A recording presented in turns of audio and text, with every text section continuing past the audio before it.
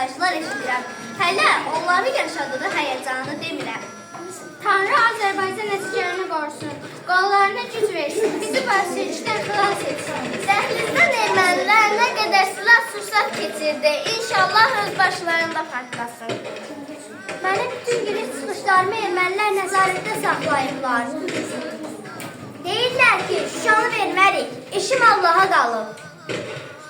Ümidsiz olmayır, Xudafərindən boylandım. Nə görsəm yaxşıdır. Azərbaycan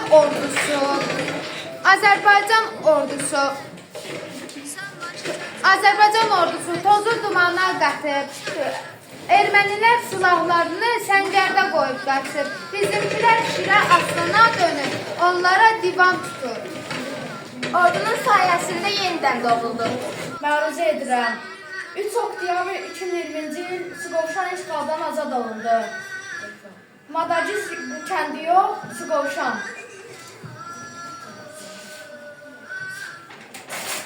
Qarabağ Azərbaycandır.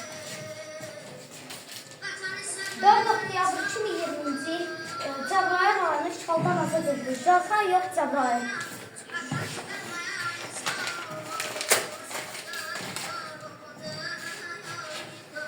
17 oktyabr 2020-ci il Füzuli rayonu işğaldan azad edildi. Varanla yox, Füzuli. Füzuli qızı, bax inan, dünya indi daha gözəldir. Ətlindən doymaq olmur, cənnət Azərbaycan. 20 oktyabr 2020-ci il Zəngilan rayonu işğaldan azad olundu.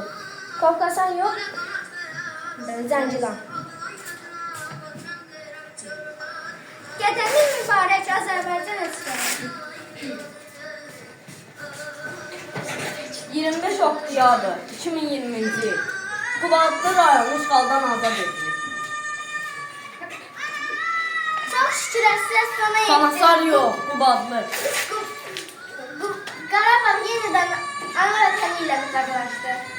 8 noyabr 2020-ci il Şuşa işğaldan azad edilmişdir. Şuşa yox, Şuşa.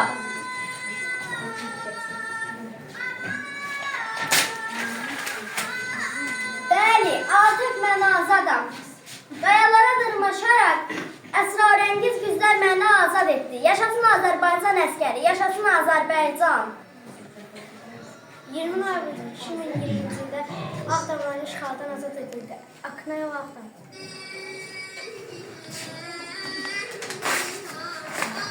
Şükürlərim sonsuzdur. 25 noyabr 2020-ci il 25 noyabr 2020-ci il Kəlbəcər rayonu işğaldan azad edildi. Kəlbəcər yox, Kəlbəcər. Ordunun sayəsində yenidən doğuldu. 1 dekabr 2020-ci ildə Laçın rayonu işğaldan azad edildi. Belçən yox, Laçın.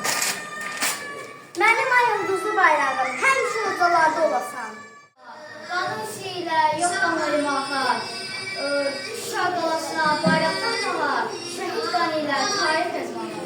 Vətən qarşılar bizi pay alaq neymətindən, doyma dolma kilsənin doğma məhəbbətindən. Bilsin nəslinlər, bilsin kəndlər, bilsin qazilər, kötülər oqanlar olmadı hədər, 44 gün olub, möhtəşəm zəfər, Qarabağ bizim bir... Gözüdür. Her bir Azerbaycanlı için bu iftihar bir noktasıdır. Şuşa bizim medeniyetimizin, tarihimizin ramzidir. Şahan için azizdir. Ama başka yok. Laçın dağları da bir azizdir. Hiç vakit biz Laçınsız yaşayabilmedik.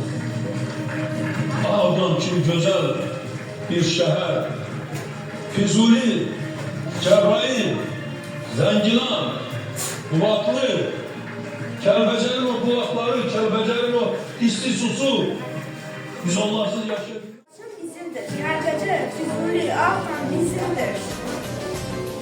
Kəndi ocağı, Şuşa bizimdir.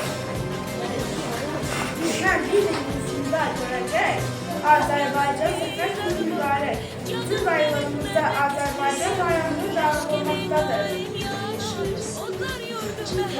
Yaşasın Azərbaycan! Yaşasın Ali Baş Komanda! Yaşasın Azərbaycan ordusu! Birliklər